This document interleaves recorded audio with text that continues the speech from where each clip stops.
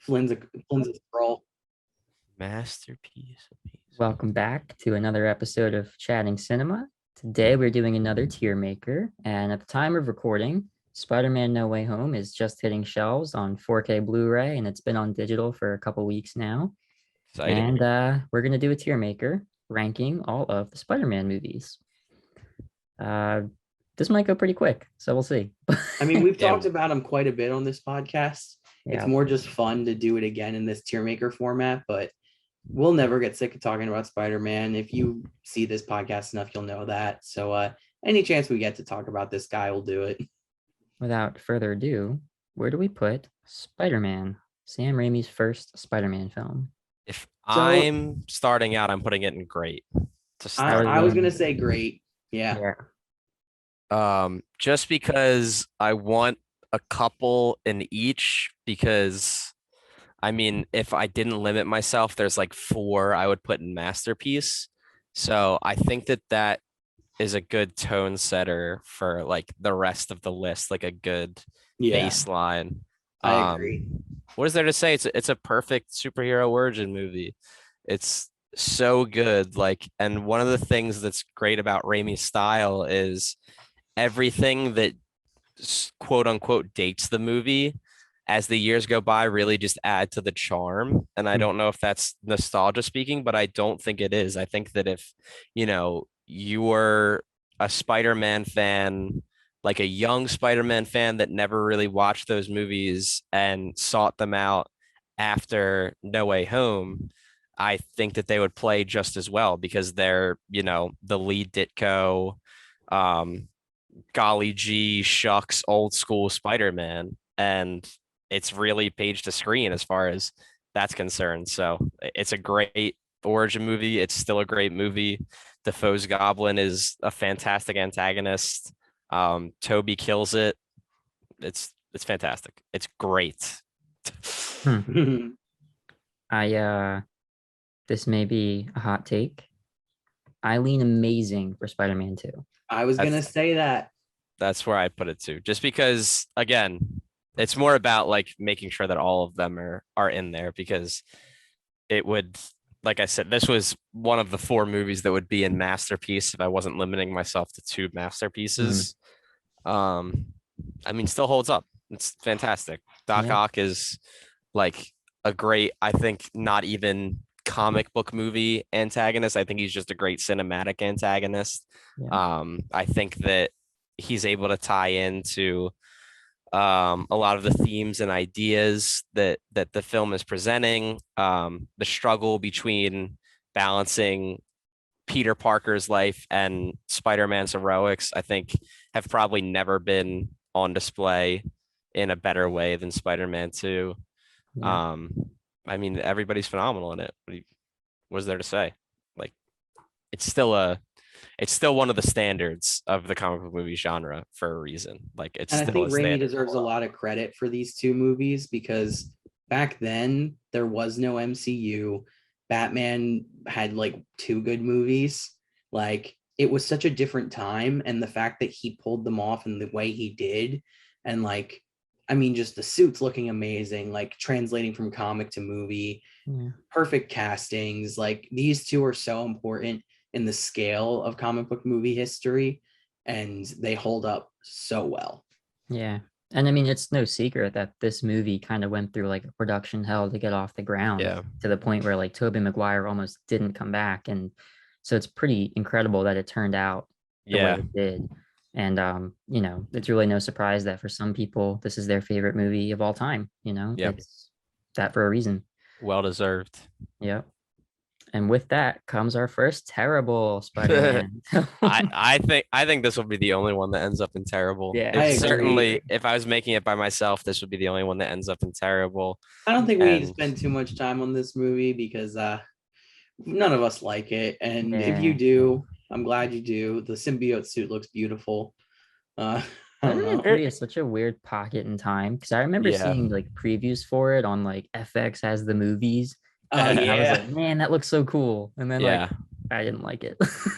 I was excited for this movie. I was, as a kid that my dad gave me his copy of Secret Wars 8. Like I was excited to see the symbiote stuff. And like I had part one of the Lethal Protector miniseries. Like I was excited to see Venom. Um, and it's not all bad. Like there's good stuff here for sure because it's Toby's Spider-Man, but like I don't know. I think that this movie's undergoing a renaissance that it really doesn't deserve. And I think that on like closer look, a lot of this doesn't work. And the only parts that do work are really because Toby's Spider-Man is who he is, and Sam Raimi's a talented director. Like, Yeah. but you know, it's no fault of Sony's, it's no fault of anybody involved. Or I'm sorry, it is all Sony's fault. I meant to say it's no fault of Sam Raimi's. It's all Sony's fault. They messed it up. Avi Arad, known Spider-Man ruiner. Yeah. So I mean, it's, you know, there's far too many superhero movies where that's the case, where too many cooks just kind of ruin a good thing. But yeah, that's the capper. I don't think it's very good. I usually skip it when I'm watching these movies. I just watch the first two. So I think that's a good place to jump off of because I think Andrew Garfield and Mark Webb's The Amazing Spider-Man films were also heavily tinkered with by the studio and specifically Avi Arad. If I was making this my personal tier ranking, I put The Amazing Spider-Man in great, but I think we probably think decent altogether. Collectively, yeah, I would put it in decent personally. And I think I would put Spider-Man it in like 2, amazing or great, but I'm okay with that. Yeah. I think Amazing Spider-Man 2 is like right next to it. Yeah. I even like I personally like Amazing Spider-Man 2 more. Just because when you're talking about the Amazing Spider-Man, it's again all studio involvement fault, but it's kind of like it tries to hit many of the same beats that Raimi's Spider-Man does, and I don't think it does it as effectively because it's trying to do that, but instead of being this kind of like bright technicolor superhero world, they tried to do it more in like the vein of Batman Begins. And I think that kind of like darker, gritty universe, and that's darker like thematically, but also visually. Like so much of this movie takes place at night. So I think that works less for a character like Spider-Man. But again, fantastic stuff. Andrew Garfield is so good in the title role. Emma Stone is unbelievable. I still think the best love interest for a Spider-Man. I have a big Gwen Stacy bias anyway, just like as a character. Unpopular opinion, but I like Gwen Stacy more than Mary Jane Watson. So she knocks it out of the park. There's that awesome fight in the high school with the lizard. Yeah. The stuff in the underground, like in the sewers with Lizard, is really cool too. So there's so much to love in this movie. And again, it's one of these things where like, it's one of these things where I think these just end up here because we're trying to kind of differentiate between the films. Yeah. So, yeah. We'll talk about that a little bit more when we get to No Way Home. But speaking of Spider-Man Homecoming, I think this movie is amazing. Yeah, I put Homecoming in amazing too. Again, this was the second of the four that I would go in masterpiece, and I assume that the other two are going to end up in masterpiece. But I mean, Spider-Man Homecoming, I just rewatched it again because I've been showing my friends the MCU. It's such a great movie from start to finish. It's such a fun story. And when you compare it to the other Spider-Man ones, like you were saying, Flynn, about how Andrew's first one felt like it was repeating what Toby's did at times, but with like almost like a different like color palette over it. Like this movie was vastly different from their origin stories. We didn't really need to get Tom straight up, this is how he became Spider-Man. And this movie was its own take on how he becomes Spider-Man. And that end fight with Vulture to this day is one of my favorite superhero movie fights. Just like the themes that are being confronted in that fight and the way they portray it through their actions is incredible. And I remember somebody like did a Twitter side-by-side thing of like the moment they became Spider-Man, and it was each of the Spider-Men. And for Tom's, it was him like holding the concrete at the end of the Vulture fight when he's wearing his homemade suit. like Homecoming holds up so well in the grand scheme of the MCU, and we all know that sometimes they don't hold up well after they come out.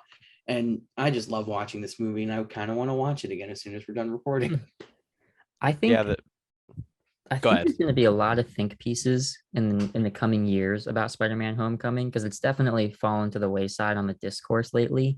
Yeah. But specifically about how this was kind of a gamble. Like I remember people at the time Yeah. saying like, "Oh, really? Another Spider-Man reboot? Like what are they going to do?" And it ended up really surprising people, and for so many being one of their favorite Spider-Man movies, if not their favorite, Right. in terms of origin, in terms of quote unquote reboot. I don't think they could have done any better. Yeah. And Tom Holland honestly had a lot to prove, and like he obviously knocked everybody's socks off in Civil War, and then to helm his own movie like right after was a huge undertaking, and he's owned the role ever since. Like there's no question Yeah. about it. This is the best Peter Parker Spider-Man in live action. Go Yeah. off, King. Yeah, I agree. I was gonna say the same thing with, it had such a tall task because Amazing Spider-Man 2 is 2014. So this is just a few years after. And like you were saying, Gianni, like people were kind of, what do you expect? And, John Watts coming off of like Cop Car, like, Yeah. and Tom Holland, who really people had only seen him in Civil War. And so they were like, well, we like what we see, but, let's see it in a full film. And for John Watts to come in and just be like, yeah, we're gonna do a John Hughes high school comedy, but with Spider-Man, it's like, oh yeah, of course, that makes total sense. Of course, this is a masterpiece. Yeah. So yeah, I think it's fantastic. I think the Keaton's Vulture, I think at this point is underrated. Morbius is going to do no favors to that conversation, but he's so perfect. Like he's such a perfect antagonist for Tom Holland's Spider-Man's like first full-fledged cinematic outing. So I love Homecoming. I think it's great. I think Spider-Man Far From Home is great. Yeah, I put it in great too. I'm with If you it. ask me like on another day, I'll probably tell you it's amazing. Yeah. It's just an unfortunate thing that it's like the middle child of Tom's movies. Yeah. But for what it sets up in the end, revealing Peter Parker's identity to the world, like that was huge. Jake Gyllenhaal's Mysterio is awesome. There are things when I come back to like rewatching this, I don't know how I feel still about like Nick Fury being the sort of mentor slash person ruining Peter's day for a little bit. Right. That's the only hang up I have with it, really. But other than that, it is great. I think it really ups the action for a sequel. And John Watts like proves again that like he can helm these action scenes. I loved seeing Italy on the big screen, and it makes me want to go every time I see this movie. And honestly, like when I go back and rewatch it, I think so much about like high school trips that I have taken, and like they really invoke that feeling. They really make you feel again like you're in high school, and I don't know, that's a sentimental thing to me. So I love this movie. Yeah. And this movie had a really big task being the first MCU movie post Endgame. And I don't know if any other hero could do that besides Spider-Man. Like, just the fact that like so much happened and we had 23 movies, and then it's like, okay, we need to kind of set the tone again. Like we accomplished our big goal, the Infinity Saga. We still want to make money and make movies. And to do this movie out the gates, it kind of reminded us, okay, we're good. Like the MCU is fine. Just because we don't have the big event to build to, we're still going to make solid movies. And to this day, I still love Jake Gyllenhaal's Mysterio so much. And I feel like he kind of goes under the radar of a lot of people because they don't like this movie and they kind of write him off. He is such a good Mysterio. And I wish people appreciated it more, because especially No Way Home wouldn't have been as good without his setup. Like him getting us to No Way Home is just, I think it's just very valid that that's true. Like that was a weird sentence to say, but I just think that people don't appreciate it enough. And like a lot of the little moments in this movie where, again, it's like the John Hughes thing, like that John Watts took a lot of inspiration from. There's so many great high school kid moments that you can remember having with your friends, or your friends had, and remembering how they felt. And that's something really special about Tom's trilogy that it was different from the others, and that's why I think Tom stands out so much. Yeah, just a little bit on Far From Home before we move on. I think that a lot of the discourse about this movie is very silly. I think it's a very good Spider-Man movie. Um, Going back to what I was saying about Spider-Man 2, I think that this movie is probably the second best portrayal. I know No Way Home maybe, but it's a bit bigger scale. But I think this movie is probably the second best portrayal of Peter's struggles between what he wants to be as Peter Parker and what he has to be as Spider-Man or feel he has to be as Spider-Man. I think that they outline that really well. I love the conversation with Mysterio on, kind of the rooftop when he goes up and he asks him what he wants to do at that moment. I think that's such a great scene. Anything with Jake Gyllenhaal's Mysterio in this movie is phenomenal. I think that people forget that like this has a lot of good action set pieces, like the Venice scene with the quote unquote Hydro Man, where Peter does not have a suit on. He's got a goofy mask. The webbing in that scene looks so cool. Like it is such a good Spider-Man action scene, and it's so creative the way it's choreographed. And then at the carnival with the Ferris wheel when he has to save Ned and Betty, like that's a great scene too. With the night monkey suit, like so fun. And then the Tower Bridge scene I think is really good too at the end. Like I know it gets the knock for being gray, whatever, but like again, this is another thing like the showdown with Vulture in Homecoming, where like it really brings home like another evolution of Spider-Man after this final encounter with the villain is over. Like that scene with him and Mysterio where he tells him you can't trick me anymore. Like that's good stuff. That's really high quality Spider-Man stuff. So I know that this is like a very Twitter hated movie by a lot of quote unquote real Spider-Man fans. I don't see it. Like I understand certain things from a cinematic point of view, but for a Spider-Man characterization point of view, like a lot of the criticisms don't really make any sense to me. So Far From Home is great. Something that I think, honestly, of all Spider-Man fans, that we all kind of agree on universally is that Spider-Man Into the Spider-Verse is a masterpiece. Yeah. So if you watched our Sonic 2 review, we talked about how kids are much smarter than you give them credit for. Lord and Miller are champions of that, where as animators, as people who work in animated movies, they want to tell complicated, intricate stories for kids and adults. And they pulled it off in this movie. This movie's ridiculous. I think years from now, we'll still be talking about it the same exact way, if not hold it in a higher regard. And just from like a cinematic standpoint, it's some of the best animation I've ever seen. I mean, I just think that some of the action scenes are so cool, and then like the unique aspects of its animation really make it stand out more. And I'm still pissed at the Academy that it wasn't nominated for Best Picture, and it should have been. It just should have. Yeah, it's a perfect film. It really is. And it's so funny, because we live in such a franchise heavy, like series focused cinematic landscape. People are always like, we have to lay on the groundwork for this, and you have to do this origin story. And like, obviously everybody knows Spider-Man, but for this movie to just come out and be like, here's Miles, like this was a lot of people's first introduction to Miles Morales. A lot of people didn't know who Miles Morales was before this movie. And now he's 1,000 times more beloved as a character. And it's all because of this. And they're like, yeah, here's Gwen. Maybe you saw the Amazing Spider-Man movies. Yeah, she's got spider powers too. Like it does so much so quickly and just expects you to be on board, and it has the confidence to know that you're going to be because it's so effective. Like the animation, Luke, like you were touching on, Mikey Newman over at Film Joy Movies with Mikey has a great episode on the animation techniques used in Into the Spider-Verse. I highly recommend it. It's a fascinating look at, they were doing things very differently with this movie, and it shows visually. I've seen this so many times, and I've seen it a bunch in theaters because it's gotten a couple of re-releases that I've gone to, and I will take every opportunity I can to see it on the biggest screen possible because it is a gorgeous movie.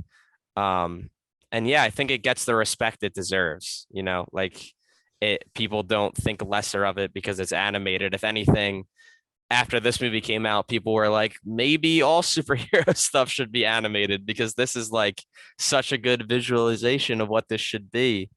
Yeah. I mean, there's never going to be enough words to say about Into the Spider-Verse. Like I said at the top, it's just the perfect film. And I mean, if there was ever an animated film that put to bed the argument that like, oh, animated movies are for kids, it's this one. I mean, this like is a brutal film. It's violent at times. It's dark. It breaks your heart and puts it back together. I mean, it's everything that you want in an amazing masterpiece of a film. And that's what Spider-Verse gives you. But moving on to No Way Home. Best Stan Lee cameo too. I forgot to mention. Yeah. Best Stan Lee Yeah. cameo. Always fits. I mean, it's like that scene will make me cry every time I watch it now. Yeah. This is more or less what I expected this tier. This is probably what my tier list personally would look like if I was doing this. Yeah. I'd probably get rid of one of the categories and just have like 4 tiers, and Yeah. then so I'd be able to move them up. But yeah, I mean, No Way Home, it's fucking sweet. Like they do things in this movie that like I never ever in a million years expected to see. I will never forget the experience opening night. And it just, as someone who has kind of, you know, tracked his life via these silly Spider-Man adaptations, like, you know, I was a young kid growing up with the Raimi movies, and then I was in high school during the Garfield era, and now we're in the Holland era. Like, for all of that to come full circle, I know that it's going to seem silly to some people, but it, you know, like we said in our review, we've talked about this movie before, it just meant the absolute world to me. Like, I'll never be able to express what some of the moments that I saw in this movie mean to me. And the fact that like we have it forever, like this is a real thing that exists that, you know, nobody can ever take away is just surreal. So Exists on 4K Blu-ray, buddy. Came out today. Yeah. Let's go. You know, I think it's like poetic that our two masterpiece films on this list, Spider-Verse and No Way Home now, both have the tall order of like encompassing the history of Spider-Man. I mean, for No Way Home, it was this entire, you know, universe of 8 movies, 9 movies, and they did it like with flying colors too. I mean, Yeah.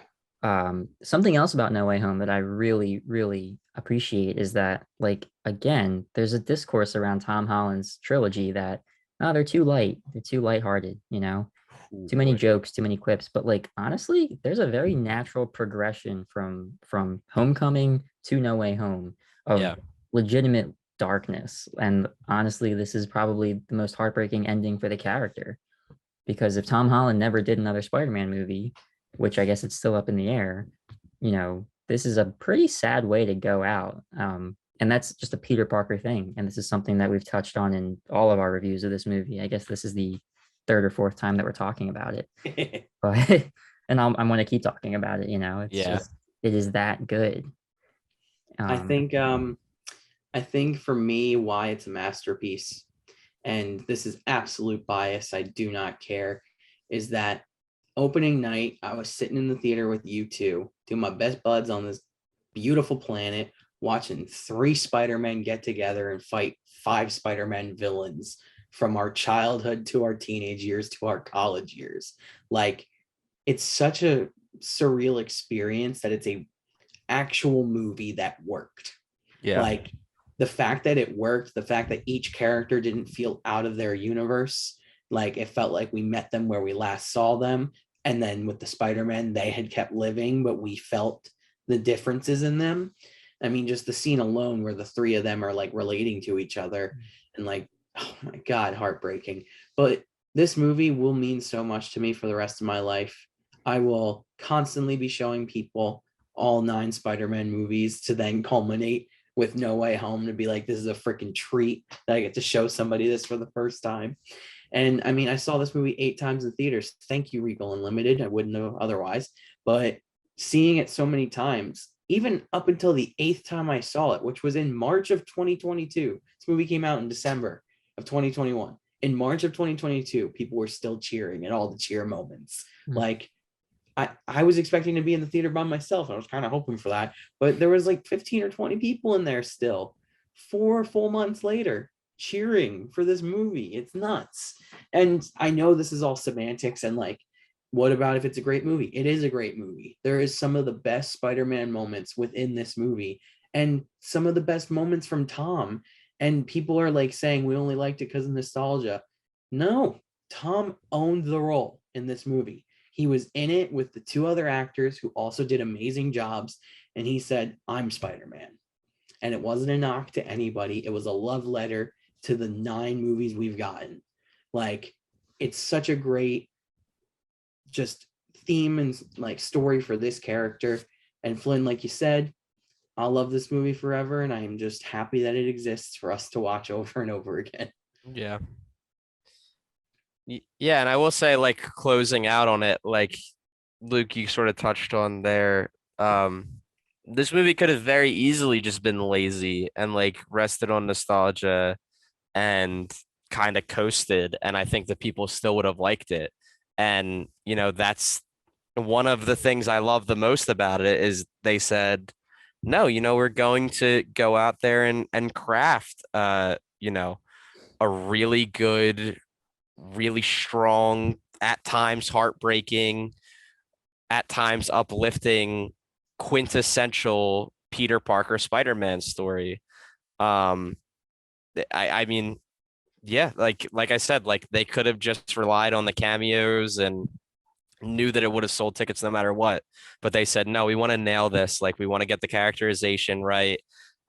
Even people that didn't like some of the things about Homecoming and Far From Home and how they were handling this version of Spider-Man, it feels like No Way Home kind of reflexively went out of its way to be like, see, this is what we were building to. Like, if you just be a little patient with it, like it's rewarding. We took a different route, but we still arrived at the destination we all know and love. So yeah, shout out to everyone involved.